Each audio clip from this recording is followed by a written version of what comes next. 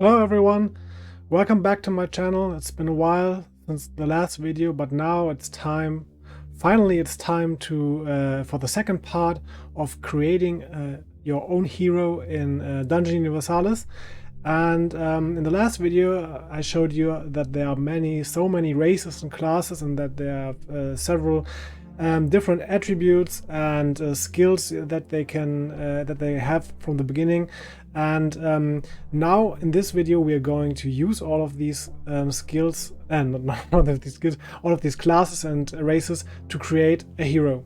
And this is why I'm going to switch to the World of Araska web app now. It's I've mentioned often this.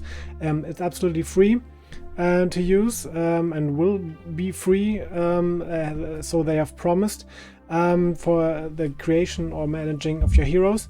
But you don't have to use this. Dungeon Universalis, of course, comes with a character sheet with a full pad of this, and so you can add and you can enter all the stats to these sheets and use them for playing. So you don't have to use the web app, but it's much easier because you cannot make mistakes in the generation. We will have to look at this in a few moments.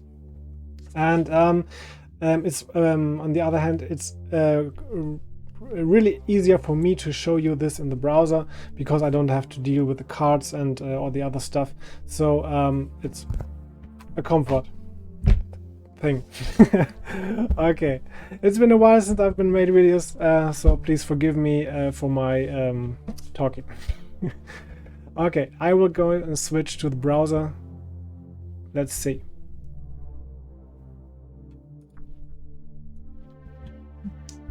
So here we are. This is the World of Araska web app, where you can manage all your heroes, create new ones, and upgrade the existing ones. And this is where we are going to start now and create a hero. And if you create a hero, the first page you will see is to choose a race. I'm not 100% satisfied with that, because if I'm going to create a hero, I have in mind at first what class I want to play. So if in my mind I say I want to have a shooter, so a ranged fighter with a bow, and maybe it may be an elf, but maybe it's a goblin. I will have to see this. So many races are giving benefits for being a shooter, or benefits for being a spellcaster or warrior. As you may imagine, without having any detailed insights in Dungeon Universalis, you can imagine that being a troll, as a large creature with a high strength, may be a benefit for being a warrior, but not for being a wizard, because the racial limits of the intelligence. On the other hand, a sharp mind with a high intelligence and a weak strength, a lower strength, may be a better idea for a spellcaster. So, but I have the I want to use the class I want to create, and then choose which race would be best for it, or which race should it be. But this is just my opinion for this. Maybe other people are saying, no, I want to start with a race, and so you have to do this. There must be one entry point, and in the web app it's the race. So we have to choose a race first. And for this demonstration, I want to create a very classic character. I want to create an elven shooter with some spells. And this is where I'm going to start. So we will have a look at the races now, and the detailed attributes. Not so detailed, but you have to get a feeling for this. Otherwise, it won't make that much sense for this video. Okay. What we will see is on the race card we have the column for initial value and the max value. So this is speaking for itself. This is the value each character you create from an amphibian class will start with an initial value of 4 for his movement. Movement is for how many squares can you move when it's your turn. And this is for the melee combat. This is your strength, which is usually used for how many damage you make in melee combat. Then you have the ranged values here, where you can how good can you shoot or throw weapons. This is your natural armor. So if you're going to equip some leather armor or full plate armor or whatever, then the bonus from this armor is added on top of this natural armor value. There are some other spells and conditions, maybe the poison statues, that will affect your natural armor, and where it doesn't help to have a full breastplate armor when you're getting poisoned. The damage of poison is getting against your is rolled against your natural armor. So then we have the agility. This is for disengaging from combat or jumping over pits or whatever. We have the intelligence. This is the most important attribute for spellcasters, because when you're casting a spell, you will need your intelligence. Then we have the mana. This is not your mana pool, the amount of mana you have, because this calculates from the intelligence you have. But some races are favored. You can add. They can exceed their natural limit of mana points when you are spending some points in this attribute. Okay, then this is the courage value. So there are many creatures that are fearful, maybe a skeleton dragon or a zombie or a giant or whatever. They are fearsome for the heroes or your allied characters, and so you have to roll this to not lose your activation or to not have a decrease of your combat stats when fighting against them. And then at the last, you have your vitality. This is how many life points hit points you have, and yeah, that's it. And in the third column, with this pyramid, whatever it is, I don't know what this icon should states, but it's meant the development points.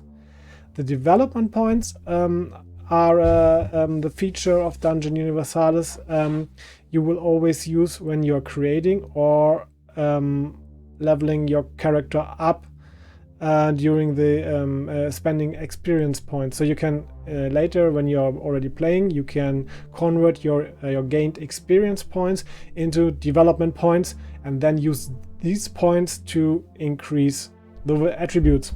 This sounds very complicated at first, and but it's very easy when you're doing it. So let's have a look. These points are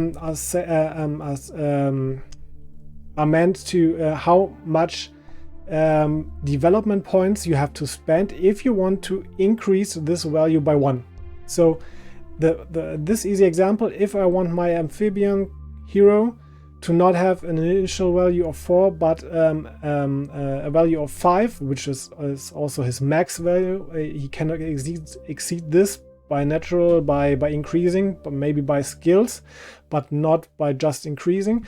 So I want to have not a 4 but a 5. Then I have to spend 1 development point for this. When we are creating a hero, we are gaining 8 development points for creating the hero, for improving the stats, for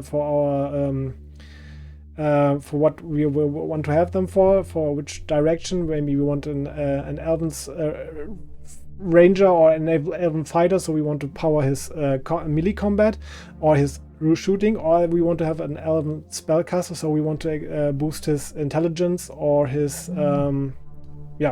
his mana pool. Then we have to then we can use the development points for this. And this column, getting back to this, tells us how many points you have to spend to increase this by 1.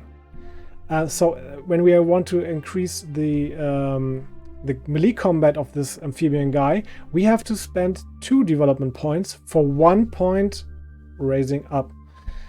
And there are also characters who need 3 let's see if there's we have this tree folk guy here. He will use you have to spend 3 development points for just one raise of one increase of the melee combat. On the other hand, you just need 1 point to increase his strength. This is where the racial differences come into play. So maybe an amphibian is a small character. It's much easier for him to running faster. Oh, I'm sorry. But it's not easy for him to gain more to be better in melee combat. So this is where the difference between the races, and yeah, that's it. I've forgotten one stat here. These are the fortune points. You can use 1 fortune point to make your opponent reroll a roll against you, or to reroll your rolls of yourself. So if you have made a bad melee combat roll, then you can reroll it once by spending 1 fortune point.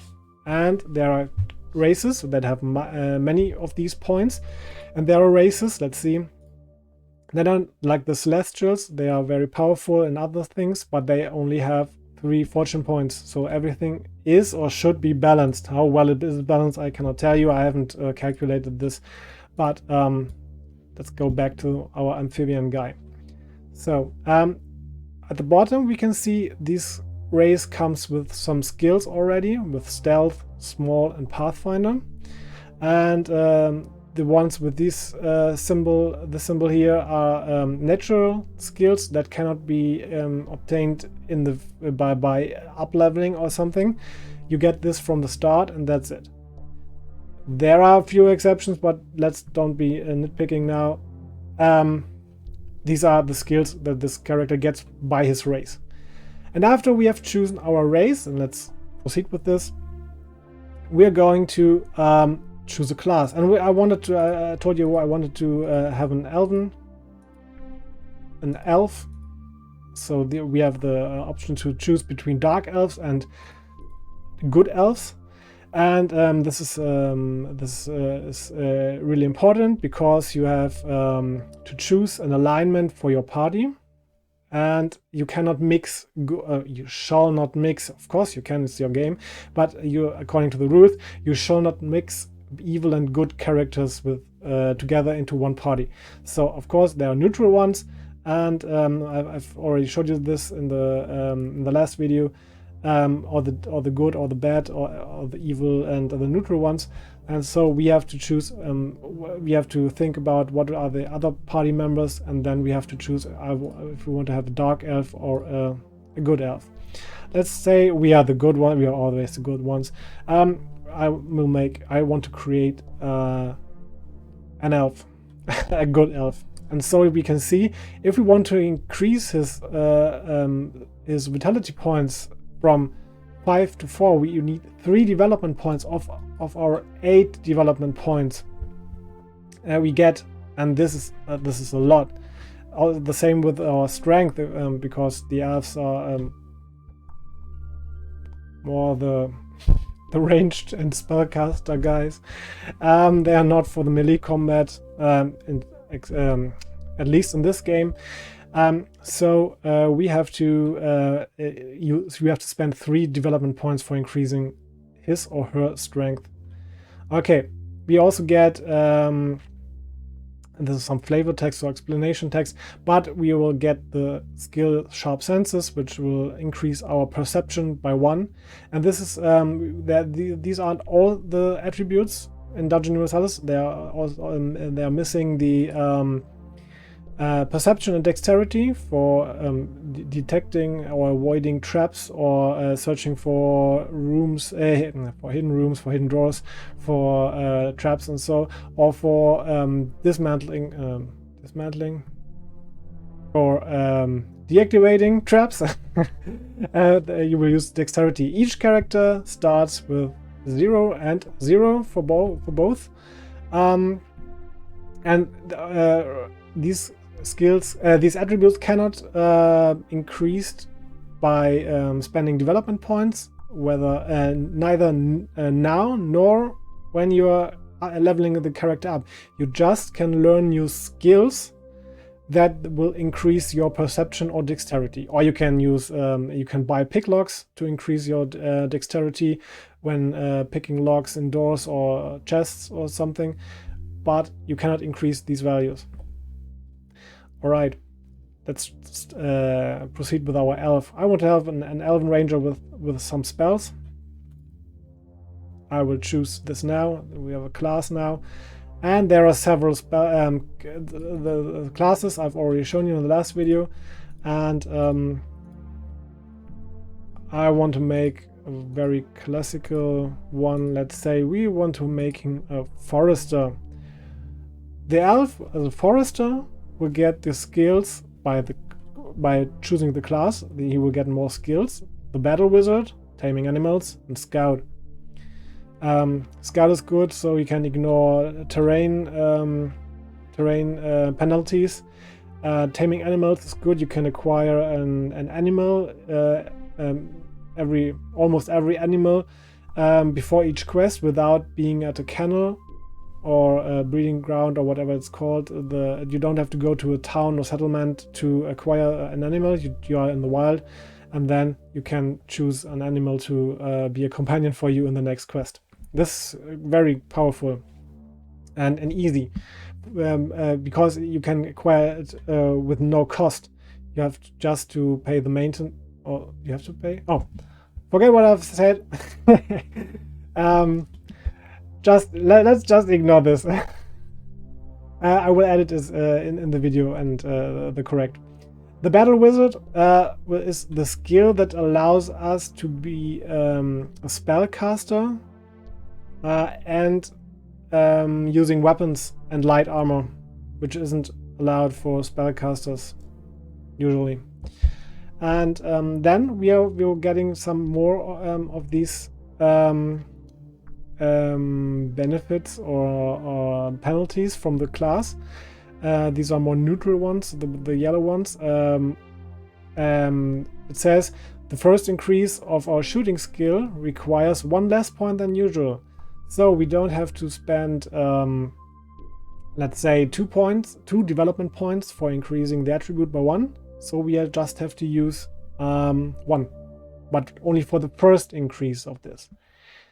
Then the information, which is according to the battle wizard, we will start with 4 points of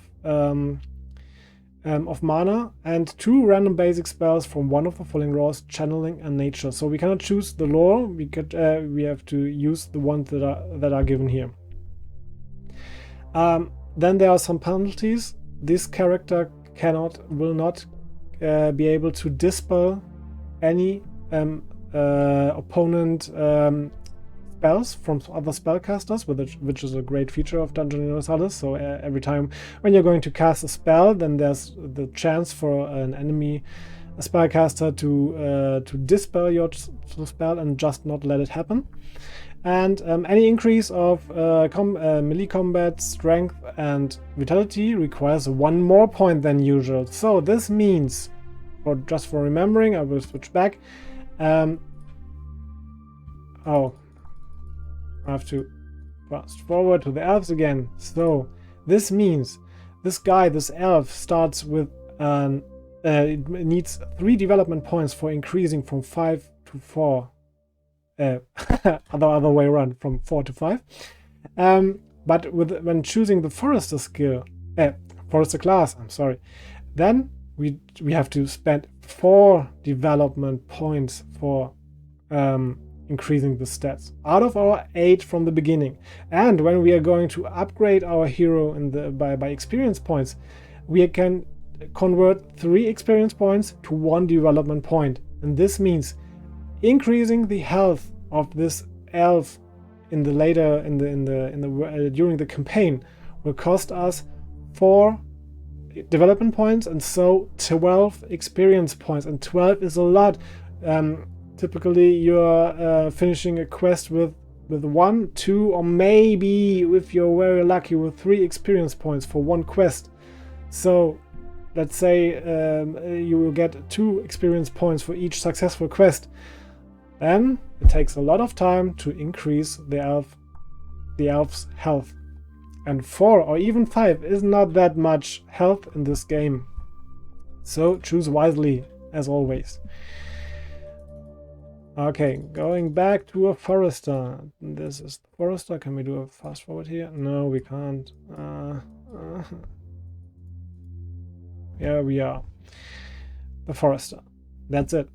Then we have to remember this icon over here. This is the forester, the class icon. That's important when we are going to learn new skills, because each skill card has a lot of icons on the bottom showing that which class can learn this skill. So there may be a great skill like 2-weapon fighting, but this is only for warrior classes, or warrior like gladiator, barbarian, whatever. But a spellcaster cannot learn the skill 2-weapon fighting. So we have to check this when we are learning new skills. So it's always important to know this this icon. And then on the top, maybe you've already asked you for what this is for. These are the icons for when you're going to learn new skills. Then you have to roll a die. And this die shows you, the result of the die shows you from which category of skills you may learn a new skill now. So if you're a forester, you have always the same chance to learn from the combat, from the I've forgotten how are they called. This is the exploration. This is for the spellcaster favorite, whatever. Let's call it spellcaster. I will write it in the video text. So okay. It's called something like leadership, and it's something with books and magic and book magic and leadership, of course, leadership. So when you have to roll, and let's see, other classes have another spreading of these values. So if you're a warrior, it's highly favored to roll a 1 to 4, a very much higher chance to get a new skill, to learn a new skill from the combat class than from the other ones. And here's also another spreading of the values. So these are some points they have played with, and that's it. But if you have learned, so you have to roll for it's kind of randomized from which not lore but category of skill you may learn anew from. But to not have this only by chance, maybe you don't want a forester, you want a ranger, and so whatever, that you want to learn exploration skills, or you want to learn combat skills for better fighting with the bow or whatever, but you're always rolling a leadership or magic book, whatever icon, that will be very unfair. So if you're rolling the die, and then you can choose then you have to choose from that category. But the next time you roll, you are allowed to pick one of the category you want to, and then you have to roll again the next time, and so on and so on. So at least each twice leveling of a skill, learning a new skill, is allowed from the category you want to. All right.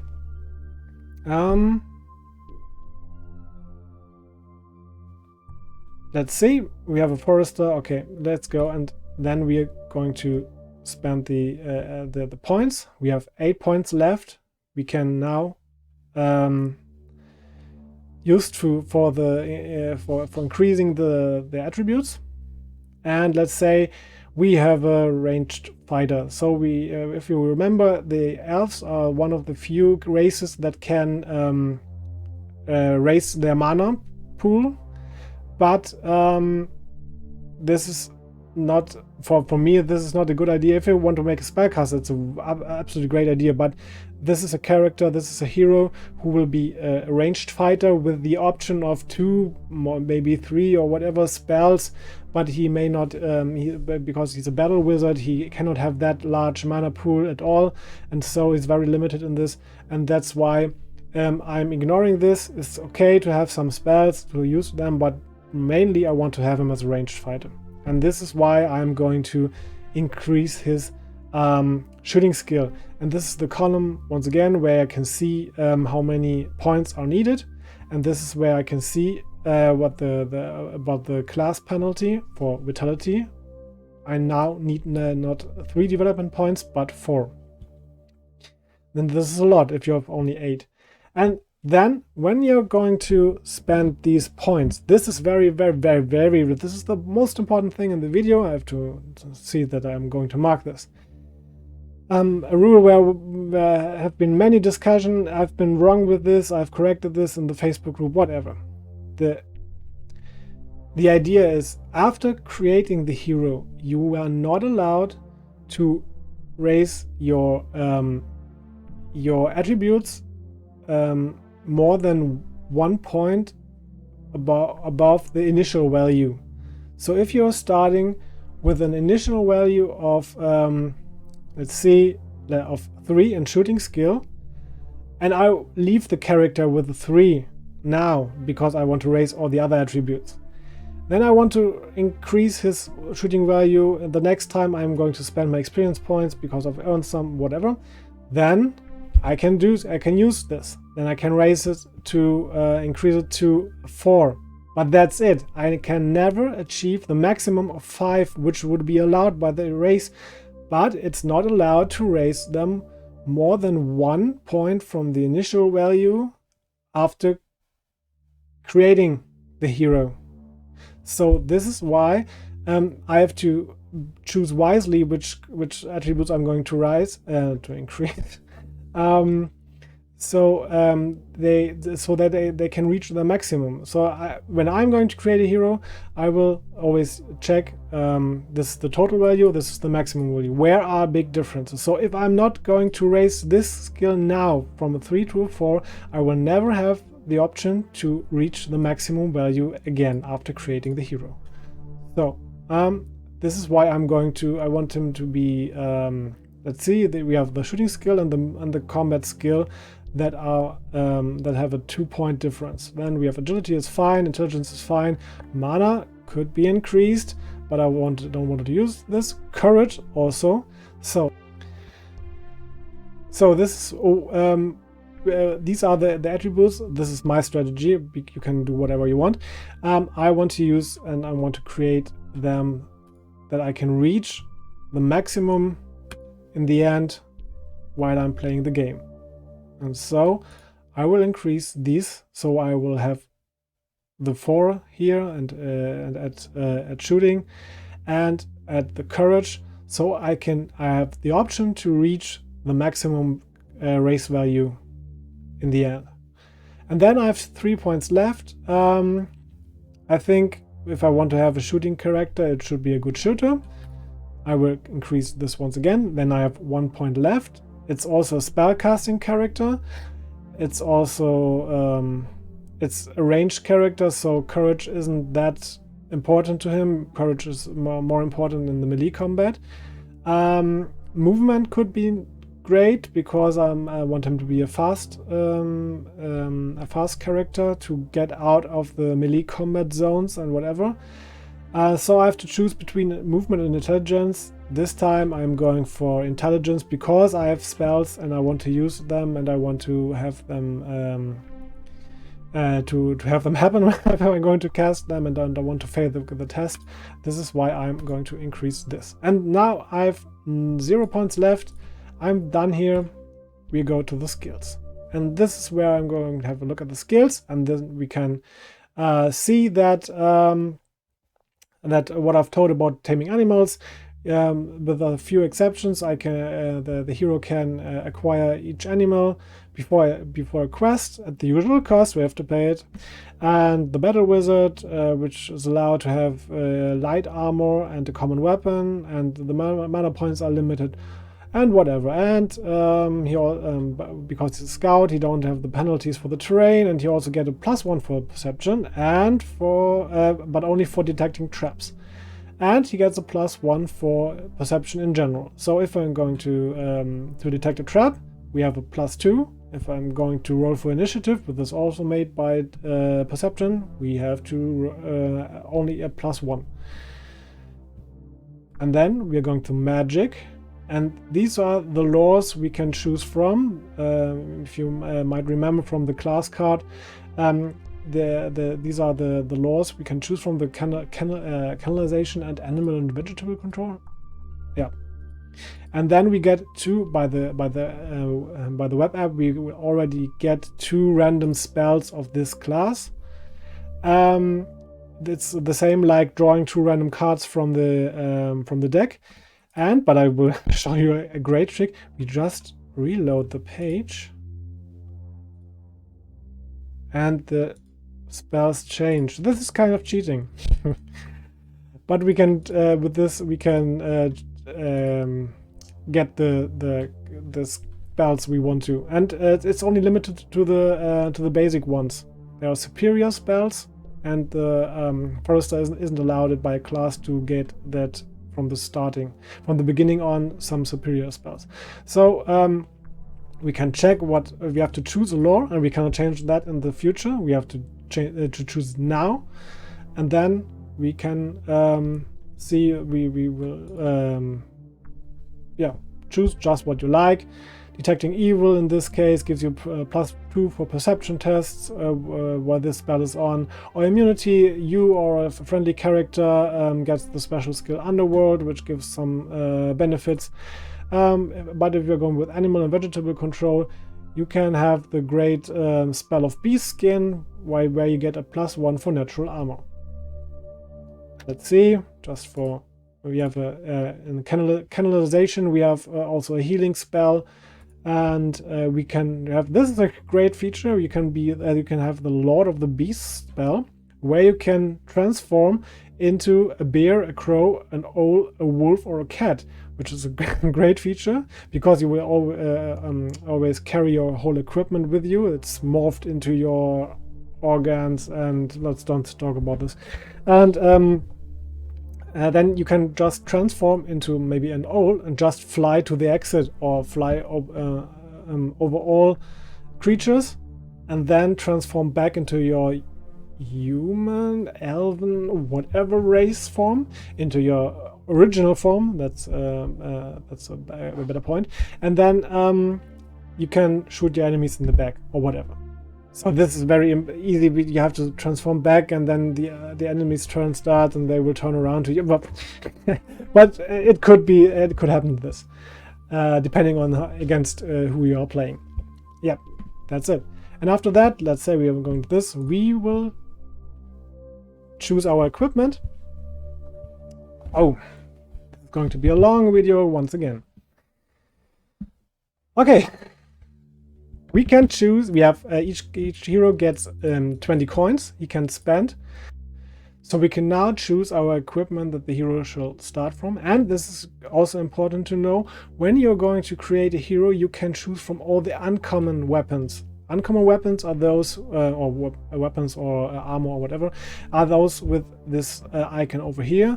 Normally you have to roll for this. If you're going to a market and you want that kind of icon, you have to roll for it. If the blacksmith or the market or whatever has this item for you, if it's an uncommon one. And but you have to it's a roll for chance that you can buy this equipment.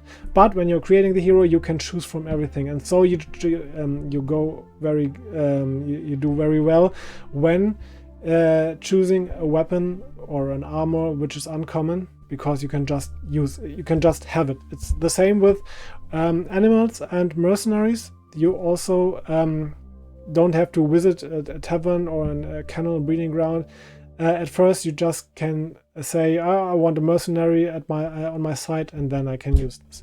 Okay, let's say we wanted him to be a shooter, and this is he's an elf, and this is the main reason to choose an elven bow is because he's an elf. No, it's not, but an elven bow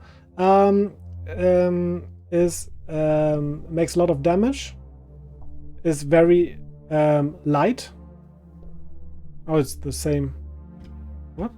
It should be lighter. It's lighter than a longbow, but it has the same damage and the same range, and the longbow cannot perform defensive shots. But the elven bow doesn't have this limit. And defensive shots are great when the enemies are are marching against you. Then you can stop them with a defensive shot, even if it's not your turn, it's their turn. And so the elven bow is, for me, always, if I'm going to create a ranged fighter, it's the first option to get an elven bow. But there are a lot of other cool weapons like the repeating crossbow, or shurikens, or the handguns, which make some noise, but you have to reload them. But later you can have skills to avoid the reloading, and it's very great. There are many options. Just go through them. But I want to have a classic elven shooter, and this is why I'm going to I give him an elven bow, or her. I didn't choose the gender yet, and you cannot choose the gender, and so I'm going to proceed with this now. So I want to have him in armor. We have 10 points left because this elven bow is really expensive. I will give him a leather armor, which will decrease my effective value of agility by 1. And then we have still 6 points left. So when the elf has to go into melee, and there will be occasions when this will happen, when the enemies are going to get you, then he has to defend. And so I want to give him a small weapon, let's say maybe a short sword. Let's have a look. Where's the short sword?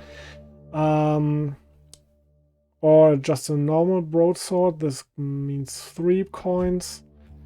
Broadsword is at 5 coins. Or just a dagger as a last sign of hope. We go with a short sword, and so we can choose between the weapons.